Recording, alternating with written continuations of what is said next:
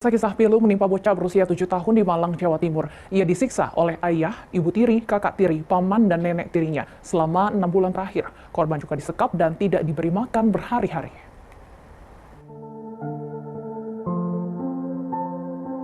Kisah pilu mirip cerita dongeng bawang merah dan bawang putih terjadi di Desa Kedung Kandang, Malang, Jawa Timur. Korbannya seorang bocah laki-laki berusia 7 tahun yang disiksa oleh ibu tiri, ayah kandung, dan beberapa orang keluarga ibu tirinya. Penyiksaan itu menyebabkan korban mengalami beberapa luka lebam dan luka bakar di bagian tubuh dan kepala korban. Penyiksaan terhadap bocah berinisial D itu terjadi selama 6 bulan terakhir, semenjak dirinya tinggal bersama ayah dan ibu tirinya. Warga yang geram dengan penyiksaan terhadap korban yang kerap dilihatnya melaporkan kasus penyiksaan anak itu ke polisi. Pihak polisi akhirnya menangkap sejumlah pelaku. Tak hanya ibu tiri dan ayah kandung, polisi juga menangkap paman, bibi, dan nenek tiri korban. Mereka ikut melakukan penyiksaan dan penyekapan terhadap korban secara sadis dan berulang-ulang. Persoalannya sebenarnya hanya sepele. Korban disebut kerap berperilaku nakal dan kerap mencuri dan menghabiskan makanan di rumah ibu tirinya. Korban disekap dan diasingkan di sebuah gudang selama berhari-hari tanpa diberi makan. Luka-luka akibat penyiksaan yang dialami tampak jelas saat warga dan polisi datang untuk evakuasi korban pada Senin lalu. Banyak di kepala yang kondisinya terluka, banyak benjolan, ada luka yang baru, yang mana kita interogasi, ini luka kenapa ini? Oh, ini bekas dari tamparannya dia mengaku bahwasanya saat itu menggunakan aki, akhirnya sobek, keluarlah darah. Dengan kondisi yang sampean tahu semuanya, mulai dari atas nggak ada daging, perutnya saja, suntahnya kerangka hidup lah. Itulah yang menjadikan orang-orang. Polisi telah menangkap 5 orang sebagai tersangka dalam kasus penyiksaan bocah Malang ini. Ayah, ibu tiri, paman, dan nenek tiri pun mengakui perbuatan mereka. Polisi juga berhasil mengamankan sejumlah barang bukti yang digunakan untuk menganiaya korban. Para pelaku bakal dijerat dengan Undang-Undang Perlindungan Anak dengan ancaman hukuman minimal 5 tahun penjara. 5 orang ya, kita lakukan tindakan hukum. Terhadap para tersangka sudah dilakukan pemeriksaan dan sudah dilakukan penahanan. Masing-masing memiliki peran, terutama terhadap bapaknya ini memang sering. Jadi perlakuan kekerasan ini sudah lama berlanjut, maksudnya sudah lama berlanjut. Jadi setiap anak itu melakukan apa, dipukuli, kemudian ditendang, bahkan pernah disulut dengan rokok. Terakhir itu di tangannya itu ditaruh di panci yang ada air panasnya, yang makanya di kondisi tangannya melepuh. Korban saat ini dirawat di salah satu rumah sakit di Kota Malang. Selain mengalami beberapa luka di bagian tubuh akibat penyiksaan, bocah Malang tersebut juga mengalami kekurangan nutrisi dan terindikasi busung lapar atau stunting. Didi Febrianto, Malang, Jawa Timur. Kasus penyiksaan terhadap anak belakangan kian marak, terbaru terjadi di Malang, Jawa Timur. Seperti apa sebenarnya kasus ini, Kapolres Malang Kota? Selamat siang, Pak Danang.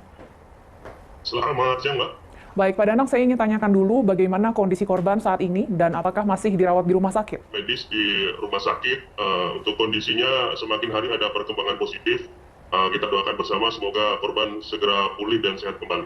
Siapa yang mendampingi korban di rumah sakit? Dari petugas dari Dinas Sosial yang setiap harinya mendampingi korban, selain juga dari petugas dari rumah sakit. Dari keluarga korban atau ibu kandungnya mungkin, Pak, seperti apa? Untuk ibu kandung korban sendiri, ketika awal kami menangani perkara tersebut, kami masih melakukan pencarian. Hingga saat ini masih belum ditemukan keberadaannya di mana, Pak. Baik, kami konfirmasi kembali dalam kasus ini sudah ada 5 orang yang paman dan nenek tiri. Seperti apa sebenarnya peran mereka dalam menganiaya korban?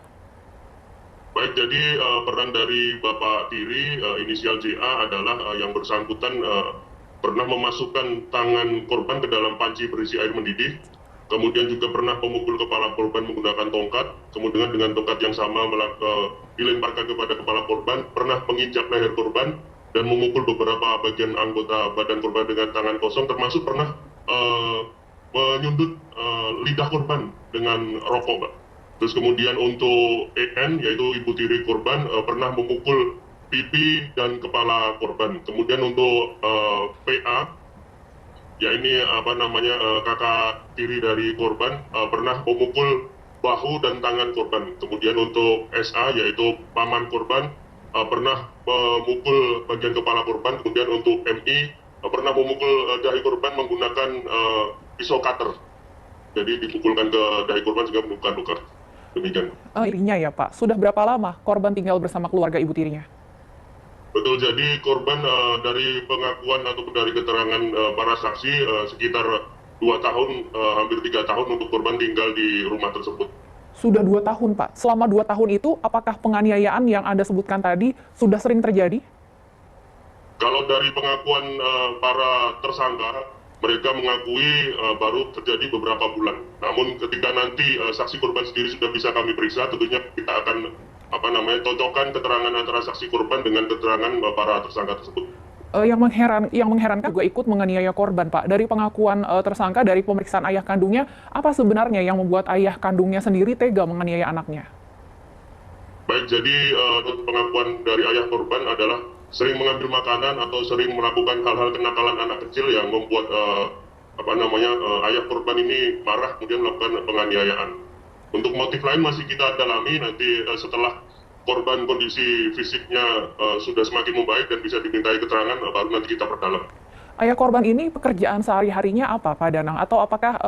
Jadi ayah korban ini sehari-hari tidak bekerja, untuk sehari-hari menggantungkan hidupnya pada keluarga si istri ataupun ibu tiri dari korban. Jadi ayah kandungnya memang tidak bekerja begitu ya, sehari-hari memang selalu berada di rumah. Korban ini apakah juga sudah bersekolah, Pak? Tidak bersekolah, Mbak. Sejak kecil memang tidak pernah disekolahkan oleh keluarganya? Memang tidak disekolahkan, Mbak. Baik, akhirnya siapa kemudian yang melaporkan penganiayaan yang dialami oleh korban ini, Pak Danang? Jadi tetangga yang pernah menyaksikan korban ini dianiaya beberapa kali melaporkan kepada kami, kemudian bersama-sama dengan Dinsos juga dengan warga mengevakuasi si korban ini. Kemudian setelah kami melakukan pemeriksaan saksi-saksi, kita lanjutkan dengan kita mengamankan para tersangka untuk selanjutnya dilakukan proses hukum dan kami lakukan penahanan, Pak. Apakah korban ini banyak yang memang sudah menyaksikan penganiayaan yang dialami oleh korban, Pak?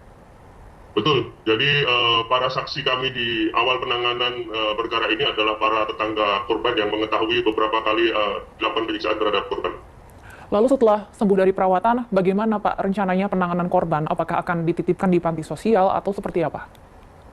Baik, jadi setelah pemulihan dari kondisi fisik dari si korban, kebetulan kami di Polresta Malang Kota ini ada memiliki tim trauma healing, Mbak. Jadi untuk nanti kita lakukan rehabilitasi psikologis, sehingga psikisnya dengan harapan bisa kembali. Kemudian untuk nanti perawatan dari si korban ini ketika proses hukum ini berlanjut ataupun sudah selesai, kami koordinasi dengan Dinas Sosial untuk nanti kedepannya Dinas Sosial yang menentukan kedepannya anak ini dalam pengasuhan siapa. Demikian, Pak.